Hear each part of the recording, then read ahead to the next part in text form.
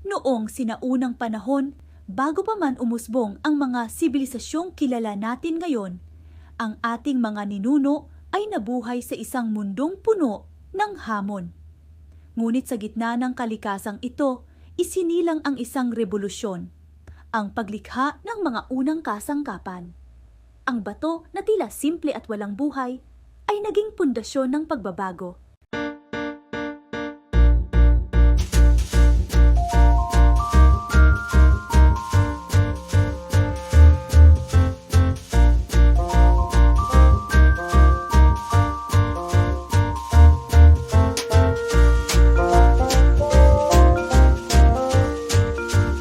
Sa pamamagitan ng matiyagang paghampas at pagguka, ang isang ordinaryong bato ay nagiging isang matalas na talim.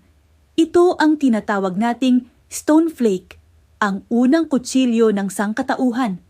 Gamit ito, mas naging madali ang paghiwa ng karne, pagbalat ng hayop, at pagputol ng mga halaman.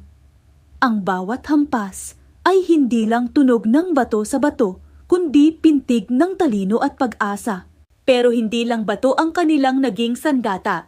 Maging ang mga buto ng hayop na kanilang nahuli ay binigyan ng bagong layunin.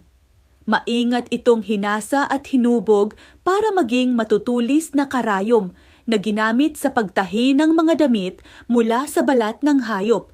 Ang iba naman ay naging mga dulo ng pana at sibat na nagbigay sa kanila ng kalamangan sa pangangaso. Mula sa ilog, ang mga buto ay naging panghuli ng isda na tinitiyak na may pagkain sa kanilang hapag. Ang kahoy na sagana sa mga kagubatan ay hinubog din. Mula sa isang matibay na sanga, nabuo ang mga unang sibat at palakol na hindi lang gamit sa pangangaso, kundi pati na rin sa pagtatanggol sa kanilang komunidad. Ang mga simpleng kahoy ay ginawa ring mga kasangkapan para sa pang-araw-araw na gawain tulad ng paghuhukay at paghahanda ng pagkain. Ang bawat kasangkapang ito mula sa bato, buto hanggang sa kahoy ay hindi lamang mga simpleng bagay.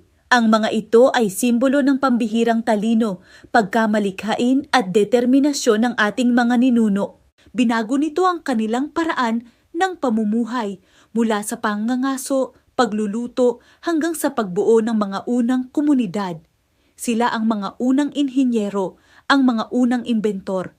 Ang kanilang legado ay nakaukit hindi lang sa bato kundi sa mismong kasaysayan ng sangkatauhan. Maraming salamat sa panunood. Kung nagustuhan ninyo ang paglalakbay na ito sa nakaraan, huwag kalimutang mag-like at mag-subscribe para sa mas marami pang kwento ng ating kasaysayan.